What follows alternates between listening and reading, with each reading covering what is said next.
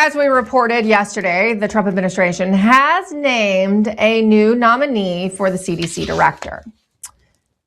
I will add that it is a cause for concern, especially for those of us who supported the Make America Healthy Again, or MAHA movement. That's because this new appointee, U.S. Navy Dr. Erica Schwartz, has been described at best as a normie when it comes to supporting vaccinations and other egregious impositions upon the medical freedoms of Americans. She was also a stringent COVIDian. And I don't need to define that for you. You and my audience all know what it means when I say COVIDian. That's not all, though. Dr. Peter McCullough reports that the CIA covered up a study from decades ago that they conducted showing that routine, cheap antiparasitics like ivermectin are natural anti-cancer medications. Now, here's one of Dr. McCullough's colleagues explaining. Watch. Hold on. I'm sorry.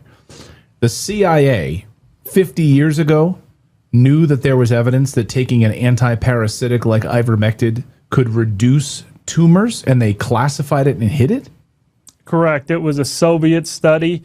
These Soviet scientists found that both tumors and parasites and these antiparasitics exerted similar mechanisms, and they found that it exerted anti-cancer activity in animals. And that study was classified by the CIA in the 50s and not declassified until 2011. So, that did significantly set back some of this vital cancer research. So, it just further confirms what we already knew, that the government routinely lies to the American people. Actually, a statement that RFK Jr. referenced in announcing his new podcast, saying he's going to be straightforward, right, as HHS secretary on his podcast with the American people. Our government forces the people to take pest medications that are known either to be unsafe or nowhere as effective as cheaper drugs like ivermectin. And now the Trump administration is nominating someone to lead the CDC who is basically much more in line with the CIA and Big Pharma and their predecessors at the CDC that we all criticize than they are with the medical rights of we, the American people, and definitely much more aligned with the bad people than the MAHA coalition that brought President Trump to power for a second time. What is going on? To help us answer the most basic question is Dr. Peter McCullough. He's also of the Wellness Company and the McCullough Foundation. It's so good to see you, Dr. McCullough. It's been some time. Thanks for joining us. Thank you. I reported, I don't know if you saw this on my X account recently. I've been told that anyone that was MAHA has been sidelined at HHS.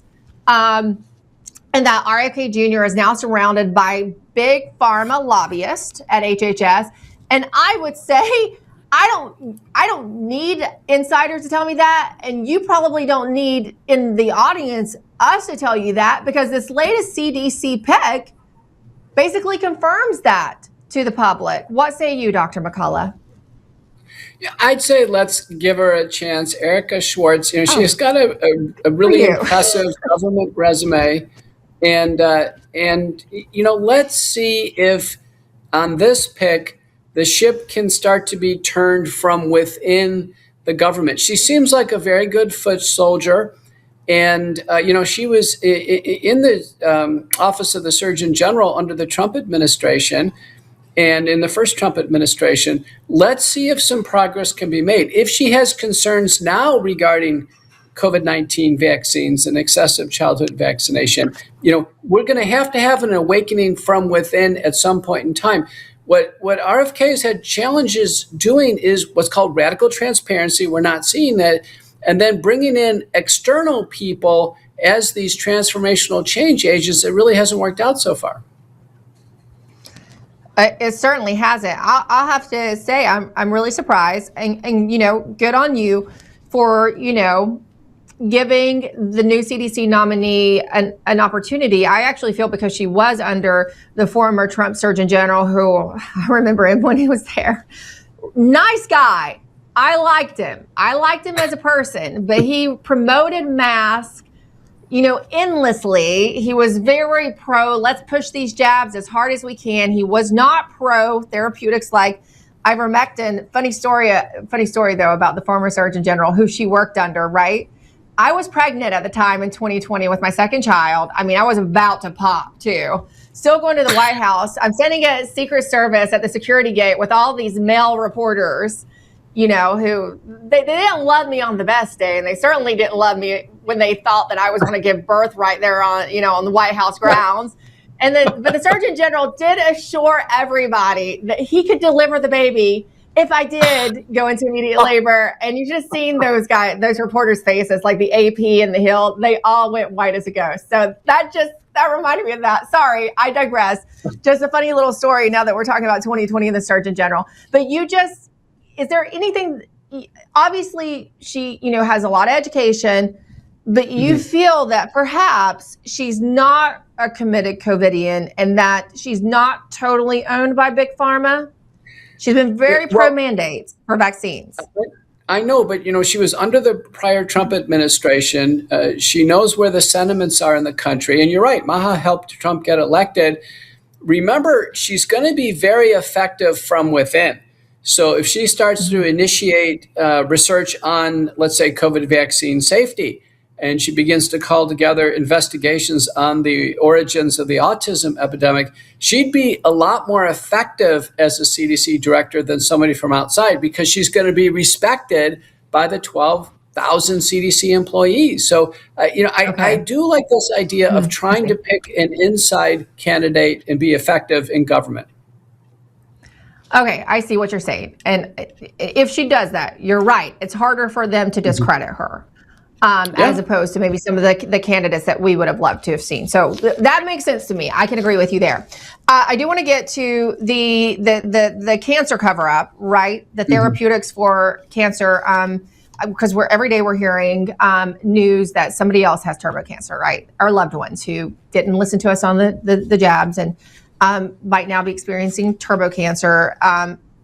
Right. It's not that it's new science suggesting that ivermectin, mebendazole work to treat cancer. It's that we've probably known this for a while and they kept it under wraps, correct?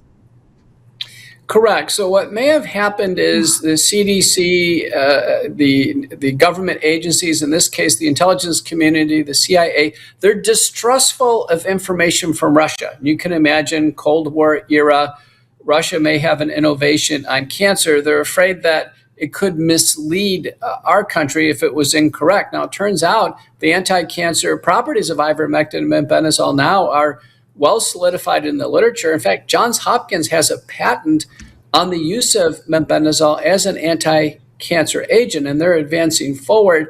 So, it is unfortunate to see evidence of either slow walking generic drug development for a serious problem like cancer or suppressing information. And that's indeed what we found. Well, it's unfortunate because we've lost a lot of people, good people, while this was suppressed. But we're seeing, I know, you all are doing great work as it relates to treating people or offering them the alternative to treat their cancer with these therapeutics, in conjunction with, some people are choosing to do it in conjunction with conventional methods. I know some of those people who are doing that right now. Finally, I was trying to look for, if you saw me looking down, I had wanted this added into the segment because I have a family member who has suffered from Lyme disease for several years now. It's a serious disease. I now also know a child who's around my son's age at his school who's seriously suffering from it. I couldn't find the heading real fast for us, but they're warning that this is the worst tick season ever. And it is kind of wild because we found a tick on my 5-year-old daughter when she came home from school the other day. My son tells me, we're spreading ticks around school. No, I explained to him, kids don't spread ticks like they spread lice. They come from outside, but it does appear that there are more ticks. And I just will note it's in time for apparently a new Lyme disease vaccine that is coming from Pfizer. And, we now know that Lyme disease, it has been now verified, was created, in a government lab like COVID. So, I just have to bring it up because we've all now been through the pandemic and we are very paranoid. is there something to this, Dr. McCullough, and how do people protect themselves? Yes, Lyme is becoming more prevalent for sure, bigger risk zones. My wife several years ago actually got Lyme disease down here in Texas. And so it's reaching as far south as Texas. The vaccine's not going to be a solution. And even the current vaccine that was just trialed, the problem is it installs some of the antigens that cause chronic Lyme disease. And the parts of the organism, Borrelia burgdorferi, are retained in the body after the tick bite or after taking the vaccine. It causes the arthritis and what's called the pathogen-associated molecular pattern, or PAMPs. That's the sine qua non of Lyme disease. The answer is good insect prevention and repellent, and then immediate treatment. And at the Wellness Company, we have emergency medical kits, and we have a protocol for a high-risk tick bite to immediately get doxycycline, which is what I did in my wife's case, and kill the infection immediately so it doesn't develop into chronic Lyme. I didn't know you all had that. I think that's very important, especially for us mothers. So how fast do you need to get the doxycycline in the system? So this is something you should have on hand. And there's a whole protocol. I actually did not know this. There's a whole I'm reassured. Protocol. I believe it's 36 hours. So you have to get going on this. And the only way to do it is have the medicine pre-prescribed in a Wellness Company emergency medical kit. Well, I can tell you, as someone who's watched a family member suffer for years and did develop rheumatoid arthritis from the Lyme disease, and I mean, very severe rheumatoid, it's nasty stuff. You don't want to mess with it, and you should listen to what they're telling you. If they're telling you it's going to be a bad tick season, we've learned to listen when they put that in the corporate media. Dr. McCullough, it's always so enlightening to talk to you. Thank you so much for taking the time for us today. Thank you.